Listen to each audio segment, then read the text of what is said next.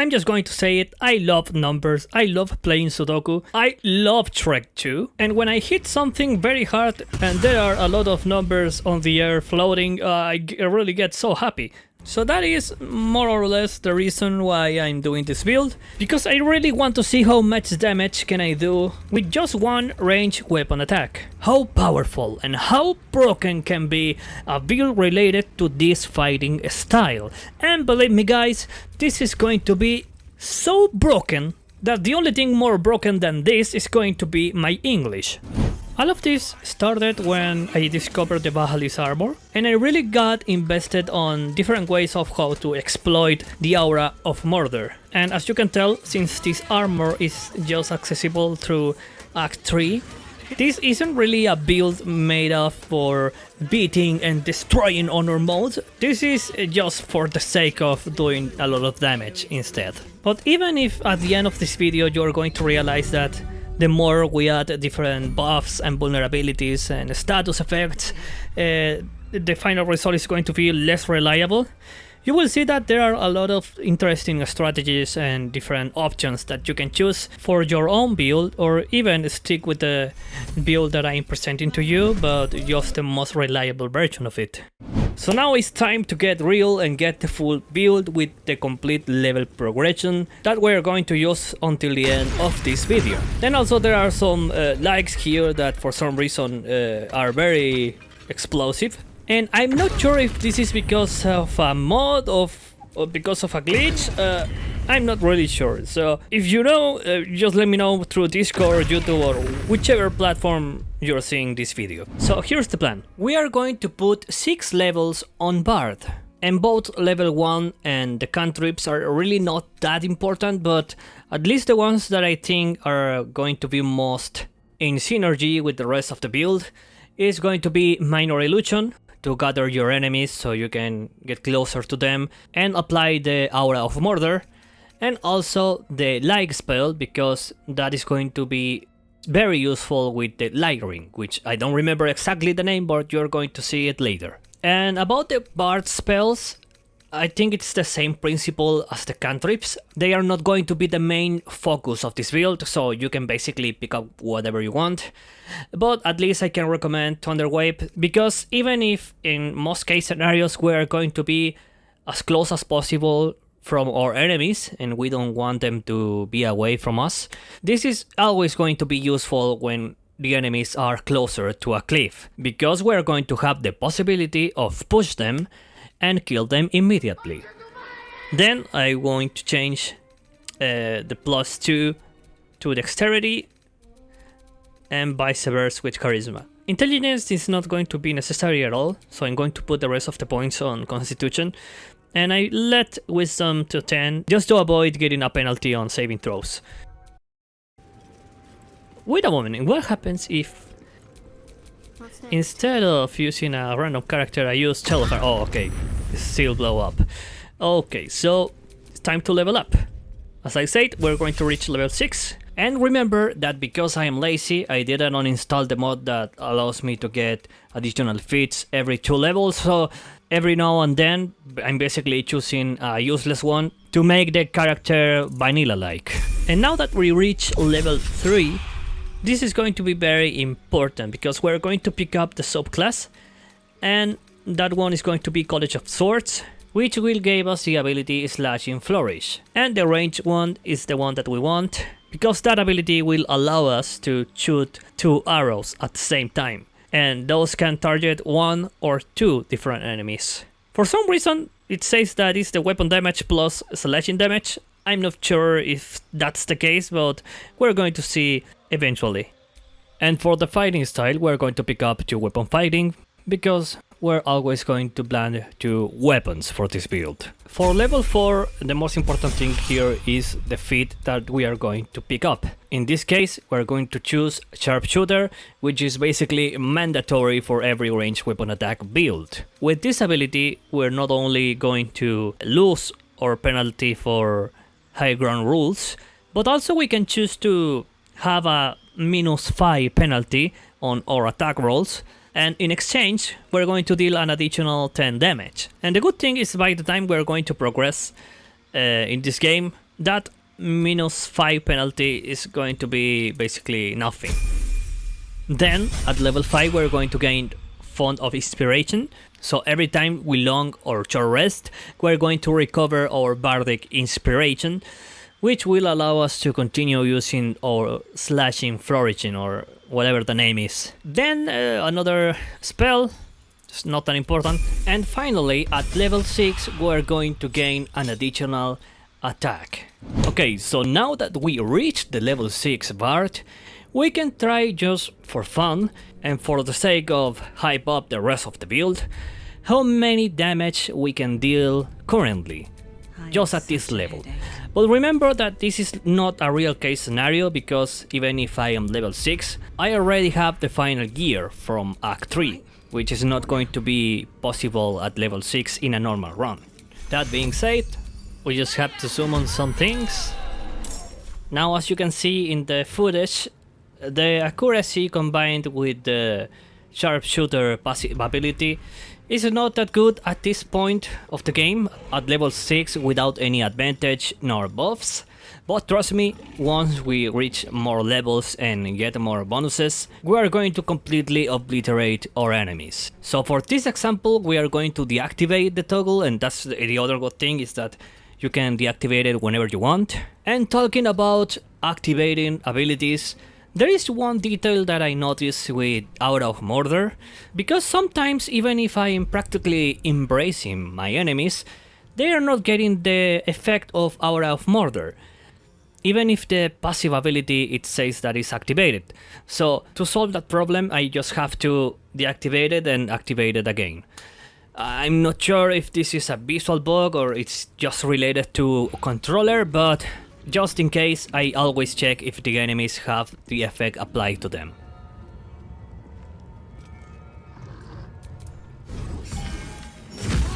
And there you have it, that was a critic out of nowhere, without any buffs, and that was just half of an action. So we're going to see how much damage we deal. Oh my god, that was over 100. That's crazy, guys. And here we can confirm that effectively this attack doesn't do any slashing damage at all.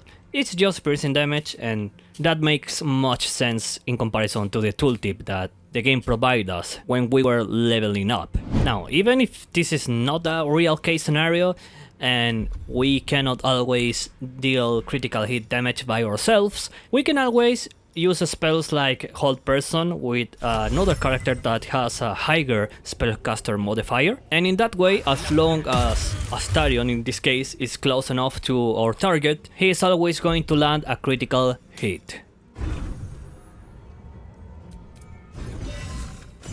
You see? And that was really a lot of damage, bro. That was over 200. Which is really crazy taking into account that we are just level 6. With Act 3 gear, of course, but anyways. So now that we did that quick test, we can load the game again and continue to level up our character. The next step is going to be putting 5 more levels on Rogue. And just the first level is going to be good enough, because we are going to gain sneak attack range, which in the right circumstances is going to allow us to be even more broken. At level 2 we will be able to hide, dash and disengage as a bonus action, and at level 3 we are going to pick up the subclass Assassin, which will grant us to land critical hits to every enemy that is surprised. And this is also going to grant us another powerful passive ability, which is this one that I don't know how to pronounce, but will allow us to immediately restore our action and bonus action at the start of the combat. And this ability, just by doing that, is very powerful, but there is another thing about this. Because if your character has this ability and at the same time has the ability extra attack and enters the combat triggering those two abilities, we will not only have recover our action and bonus action, but we also going to have an additional attack granted by the passive ability extra attack. And yeah, that sounds very redundant, but trust me, it's very effective. And now that we got this subclass, it's the perfect moment to acknowledge the immense power of the ability Sneak Attack. This ability, just as an action, It's going to be even more powerful than Gale's farting, but the real power of this ability resides on the critical hit reaction version. As you can see on reactions, we have sneak attack critical hit, which will trigger automatically once we trigger a critical hit. And since we're always going to deal a critical hit on surprised enemies, believe me that this is going to be broken as hell. Because the main difference between doing these attacks manually and doing it by a reaction is that if you do it manually, it's basically just one attack. But if you do, for example, this one, Sledging Flourish, and then by reaction you make the sneak attack range, you're basically doing two different attacks. And there are plenty of buffs that are going to apply to both of them separately. But don't worry if that is kinda confusing, because you're going to see that with your own eyes later when we finally try this build. At level 4 we are going to pick up the ability improvement, adding 2 additional points on the dexterity ability score. And since we have the anti-idle buff, dexterity is going to be 20, and we can increase it again in Act 3 if Char is in a good mood and allow us to get an additional 2 points on dexterity, which is going to be crucial for attack rolls and a little bit on damage. And I just say a little bit because more than half of the damage that we are going to deal relies on the different buffs and power-ups that we're going to get and the different vulnerabilities that we are going to apply to our enemies. But in counterpart, the attack roll is going to be essential since we're going to combine or range attacks with the sharpshooter ability. And since we are going to have dexterity too high, we shouldn't have any problems with the penalties of that passive ability. So yeah, I'm not going to do this thing with the mirror, I'm going to just do it with the mods, just to save some time. And there you have it, 22 dexterity. And now, just to prove a point, I'm going to summon the ogre again and compare the accuracy of our range attacks. We have sharpshooter all-in activated. And as you can tell, wait a moment, this is just the main hand attack. Let me change to range attack, because this guy is so close. Just give me a moment. Yeah, 88% of chances.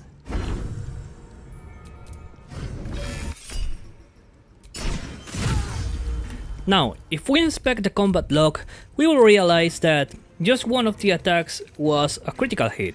Meanwhile, the other one was normal, and that's why the effect of the force damage, the additional force damage, was triggered just twice. One was because of the critical attack, and the second one was because of the sneak attack critical hit. So in the best case scenario, if we attack just one target with this Slashing Flourish attack, we should be able to stack the force damage 3 times. Later on I'm going to explain why we are applying additional force damage, but for now we just have to keep in mind that this is going to be applied every single time we land a critical hit.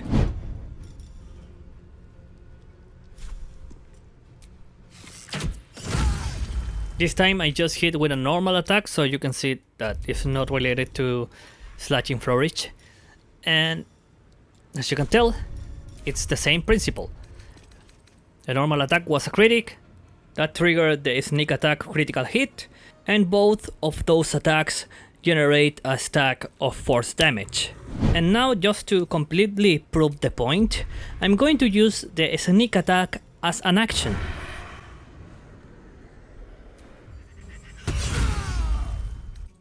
And yep, sadly it's just one stack of force damage, which, not gonna lie, it's still a lot of damage, it's over 100 still. But if we know for certain that we are going to land a critical hit, then we should always go for a normal attack and not the sneaky one. And now, before continuing with the last 2 levels that we have to apply, there is one last thing about the sneak attack that we have to take into account for the next level. If we inspect the sneak attack range, we will see that part of the damage is going to be a plus 2d6 piercing damage.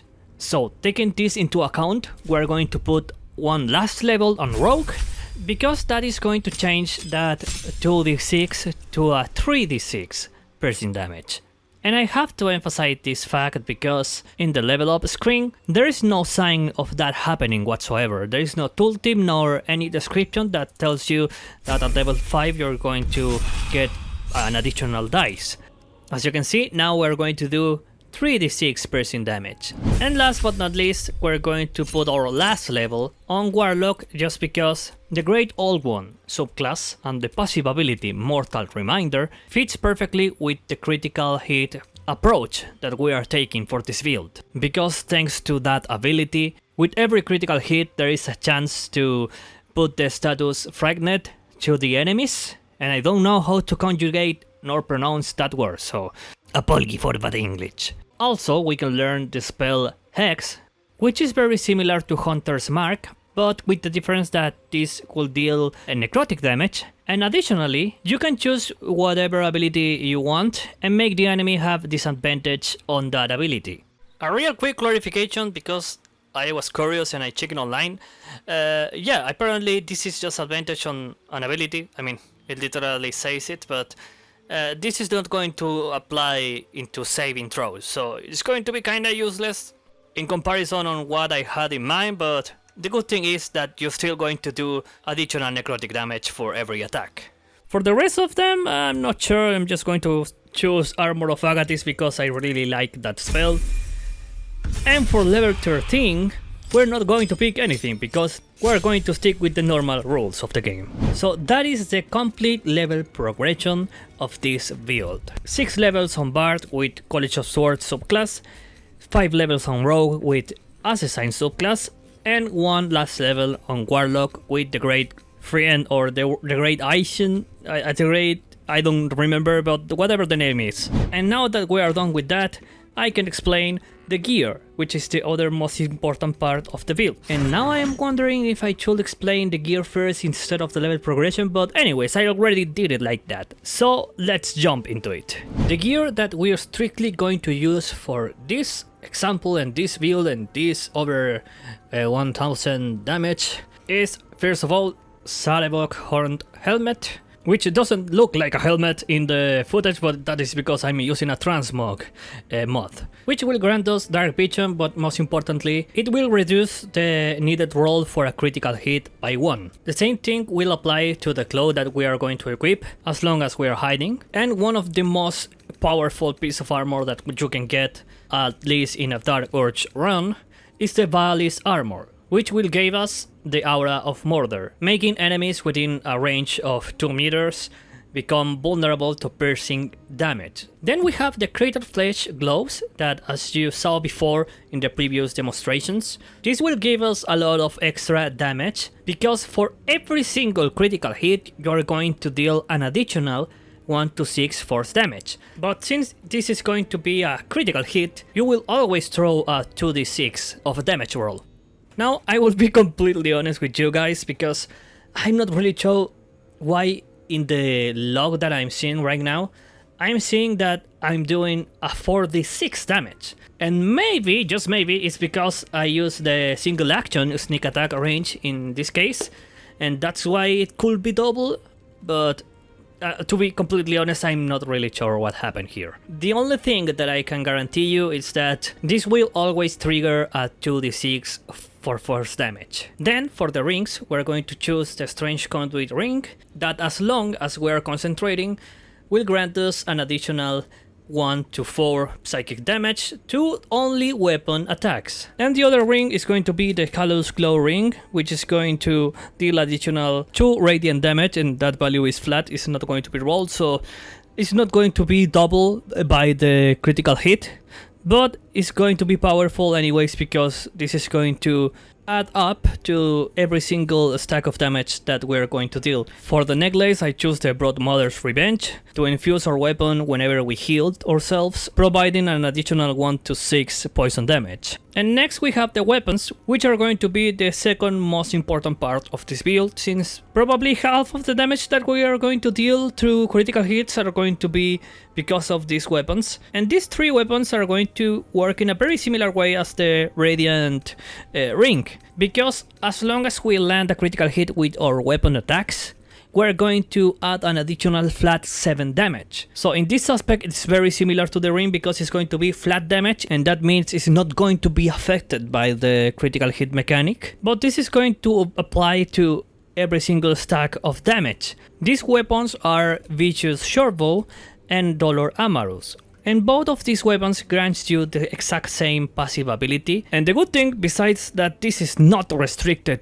to just the weapon that is making the attack, is the fact that this is stakeable. So if we wield the $2 Amarus that we can get in the Dark Witch run and the Vicious Shortbow, we're going to add 21 of flat damage to every single critical hit. And now, before we make a very quick and non-optimal at all test, I should remind you that not every single enemy can be surprised in this game, and also there are specific boss fights that won't allow us to surprise our enemies. So basically, in these specific scenarios, landing a critical hit is not going to be a guarantee. So we can always change these weapons, sacrificing the possibility of doing more damage for these others that can increase our chances to land critical hits. Also, if for different reasons you are not able to get access to the second Dolor Amarus weapon, this can be easily be replaced by Rhapsody, which can give you a maximum +3 on attack rolls, spell save DC,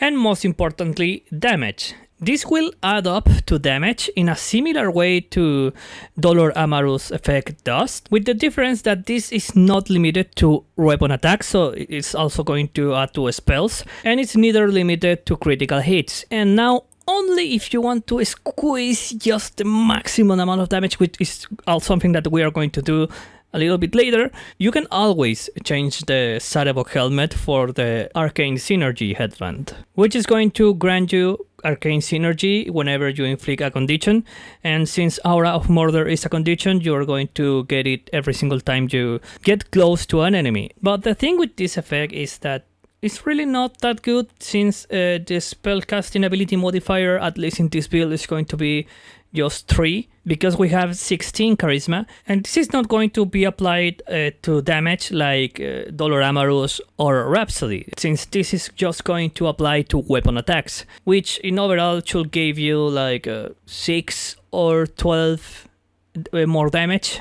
It's really not that worthy, I think, but in case you want it, the option is there. Okay, so this is going to be the quick demonstration of the build. This is not going to be with other buffs or anything like that. It's just the level progression and the gear itself and their abilities. So we're not going to use any elixirs, any other external buffs, or anything that will increase our damage or debuff our enemies outside of the current build. To the Reign of Conduit, I'm going to concentrate using Hex to deal additional necrotic damage and at the same time psychic damage. Then for my Radiant Ring, I'm just using Like on the Shortbow, but if you don't have the spell Like, you can always rely on a candle that is also going to work to enlight the enemies. And last but not least, I'm using some potions to coat my weapon in poison. You can just basically heal yourself out of combat, or even throw some potions to the floor before combat, and in that way you just have to walk into it, and that will trigger the effect without using any of your actions. Then I just have to walk in and out to try to get the perfect distance to not get disadvantage, but at the same time apply the Aura of Murder, and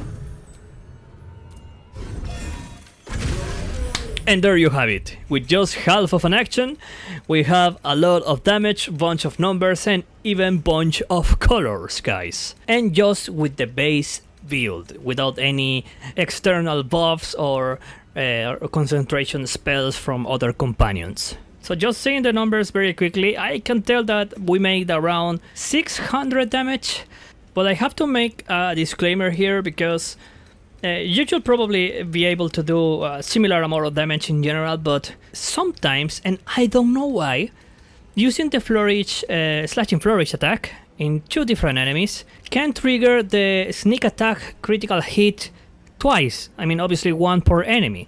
And I know what you're thinking. This is completely insane, but I tried this a lot of times, and believe me, a lot of times, but I still cannot figure out what is the magic behind this, because sometimes I get the 2 sneak attacks critical hits, and sometimes I just get 1. I even tried reloading the game a lot of times, and sometimes I don't get the critical hit twice, so I'm not sure if this is by design or if there is a bug right there, and I really couldn't find anything online, so I'm very sad about that. Well, now that we just have seen the effects of this incredible build in its base form, so to speak, now it's time to take advantage of different spells, conditions and elixirs to increase even more the damage that we are going to inflict as a character. But in this territory we are going to lose reliability, since some spells require high level spell slots and others may require concentration. And one of those is Elemental Weapon, a spell that in normal circumstances requires concentration, and what this spell does is add 1d4 of elemental damage of our choosing, and also +1 on weapon enchantment. The good thing is that there are 2 weapons that will give us 2 different variants of this spell, Elemental H and Draconic Elemental Weapon, which are not going to require concentration at all. And even better, if you unequip the weapon, the spell will not disappear. But these 2 different variants works in a slightly different way that is very important to take into account. Because, for example, Elemental H, it's always going to buff your main hand weapon. So it's not going to be very useful for this build in comparison to Draconic Elemental Weapon, which can be cast on whichever weapon we want. As you can see, I equip first the Draconic Weapon, then I drop the short bow to the floor, and finally I casted the spell.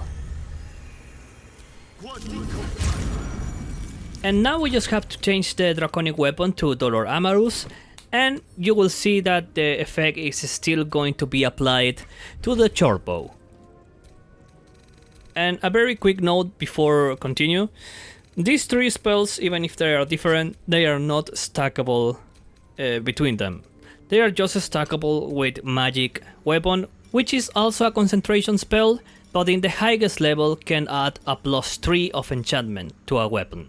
In this particular case, since we're going for the max amount of damage, we're going to stick with the max level, which is a level 6 spell. But there is no problem if we pick up a lower level and use just a +2 enchantment, unless you have another spell in a specific battle more worthy of your concentration. Now that we covered the weapon buffs, we can now discuss about the elixirs. And here we have a couple of very powerful options, starting with the Elixir of Viciousness, which will reduce the necessary roll for a critical hit by 1. The Elixir of Bloodlust is going to suit perfectly for this build also, because the chances of killing an enemy in every single turn, with Astarion in this case, is going to be very high. But because we're trying to see what is like the maximum amount of damage in just one action, or half of an action, we are going to pick up the Elixir of Colossus, which will grant us an additional 1d4, which of course is going to be rolled again if we get a critical hit. But the thing about this elixir is that it's stackable with the spell Enlarge, so we're going to be even more bigger and we're going to deal more damage, but that will be at the expense of another character's concentration. And last but not least, we have Combat Inspiration, which is a variant to the spell Bardic Inspiration, learned by the subclass College of Valor, with the main difference that this additional roll could be applied to damage. And even better, if we manage to do that, this is going to be a new stack of damage. So, the different buffs that can be applied, like for example the force damage from our globes or the radiant damage from the ring that we are equipping, are going to be applied to this additional damage. And since Bardic Inspiration is kinda permanent, it doesn't require concentration, if you don't want a bard with this subclass in your party, you can always use a random character in your camp to teach him this spell, apply it to the character or your characters that you want to be affected by this, and then let your character be on camp talking with Withers or Bolo if he's there, obviously.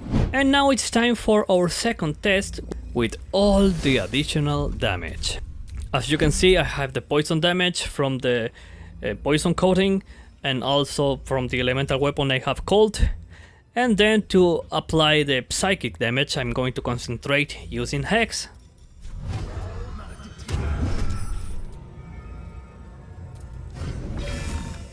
And there you have it. More numbers, more colors, and more damage. Yeah, this is absolutely insane, and it's not going to get better than this. Unless we learn Psionic Overload, of course, which is another buff that will add a 1d4 of psychic damage to our attacks. This status will be applied for 10 turns, and you can use it one time for short rest. Now, for being a very powerful and I think kinda broken status effect, it also has its downsides, because this will cost us an entire action, and you have to cast it in combat. And after every turn you will also take a 1d4 of psychic damage. But trust me, that 1d4 of psychic damage that you're going to take after your turn, it's going to be absolutely nothing in comparison to the psychic damage that we are going to deal to our enemies. So, as you can see, I use my bonus action to drink a speed potion, and in that way have another action, and use it for the Psionic Overload. And now we will run the exact same test as before, but with this new status effect applied. And the critical hits and the numbers and the colors don't stop coming. And if I say it so enthusiastically, it's because I really like to see the screen full of numbers, even if there are 2s right there and just 10s. I don't care, there are a bunch of numbers and I'm so happy about it. But I'm even more happy that even if this is like the limit of damage that we can add up to our attacks themselves, there is still another mechanic that we didn't explore in deep as the others, and I'm talking about the vulnerabilities. Yeah, because when we cannot increase the power of our attacks anymore, we can definitely increase the damage that our enemies are going to take because of their vulnerabilities. And the only one that we have been working since the very beginning of this build is the piercing vulnerability, but there are other ways to apply different ones.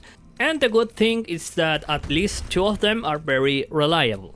The first method is the Resonance Stone, and one of the things that this item does is apply psychic vulnerability to anyone nearby, working in a very similar way as the Aura of Murder, with the difference that the aura of this artifact is bigger, but you cannot deactivate it, and your allies are also going to suffer from this debuff. The other way that we can apply vulnerabilities to our enemies is a very popular one, and that is making them wet, which is going to make them resistant to fire, but vulnerable to lightning and also cold damage. Using just a bottle of water or just the spell Create Water is going to be enough to get your enemies wet. I mean, it could sound obvious, but one of the downsides of making your enemies wet is that there is at least one bastard, and I say bastard because this doesn't make any sense, that is immune to wet, which is crazy because that guy isn't even made of fire. But anyways, the other downside is obviously having to spend an action or an extra attack, but if we take into account that as long as you're making contact with your enemy, and your enemy is not the driest guy in the world, the effect is going to be applied 100%. And it's a shame that I cannot say the same thing about the next method, which is using the Virulent Venom, a spell that will turn your enemies vulnerable to poison damage. And yeah, the good thing is that you can have 3 different targets, but this spell is from a ring that you can use just once for long rest. And as you can see in the footage, it's not 100% reliable, because the enemies have to make a Constitution saving throw. And taking into account that poison is not going to be our main source of damage, I wouldn't waste a very valuable ring slot in a real case scenario. So in summary, the vulnerabilities that we are applying are the piercing damage thanks to Aura of Murder, lightning and cold damage thanks to wet condition, psychic damage thanks to the resonance stone, and the poison damage thanks to virulent venom. And now it's time to test the damage again. How many we will do this time? Let's see. Ay Dios mío. I have no words for this. I mean, that's a lot of damage. We are the boss of the game. We are the chosen. We just metamorph from the chosen of Baldur, from the chosen of Withers. That's how powerful we are. At that moment I really thought I had done more damage, ha ha ha, silly me. But there is one more method that will make us even more broken than we are now. This is an elite power that I always saw as a useless one, because I always assumed that this is going to be direct to your allies or yourself. And I think I wasn't that wrong, because I read online that this is actually the case in Honor mode, but in the rest of other game difficulties, this can be also applied to your enemies, and I'm going to tell you right now what it does. The name of the spell is called Perilous Stakes, which will allow the target creature to heal itself every time it attacks, but at the expense of making it vulnerable to all damage. And see how much damage we can deal in just one shot. And there you have it, guys. Believe me, I am crying right now, because this, even if the video is like probably 1 hour, I don't know, this take me like days, because my apology for bad English, my fails and the game crash and everything, bro. I mean, it was a hell to make this video, but I'm so happy of doing like something like this for the first time. I mean, I already made videos before, but always in Spanish, so I'm very happy. And yeah, that's it. Very powerful, useless build, because I don't think this is going to happen in any different scenario than this. And yeah, I think we cover a lot of things in this video, and I'm not sure if we have something left. I mean, we just managed to see how many damage we can deal with one action. Another interesting thing to see could be how many damage we could deal in one turn, but I'm not really feeling like doing that right now.